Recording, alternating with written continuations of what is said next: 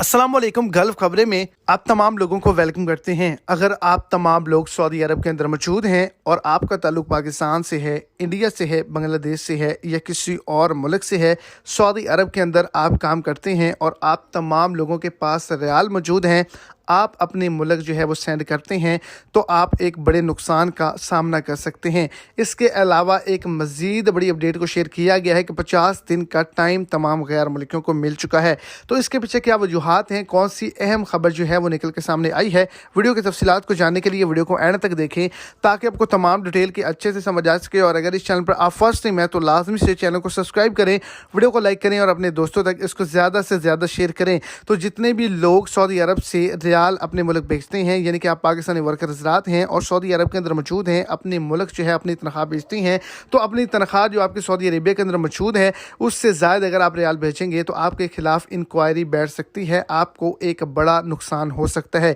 दूसरे नंबर पर 50 दिन का टाइम इसलिए दिया गया है कि जितने भी लोग सोहनी धरती ऐप का इस्तेमाल करते हैं वो पॉइंट्स अपने 50 दिन के अंदर अंदर इस्तेमाल कर लें, नहीं तो हो सकता है इसको बंद कर दिया जाए और आप अपने पॉइंट्स जो हैं उसको इस्तेमाल ना कर सकें।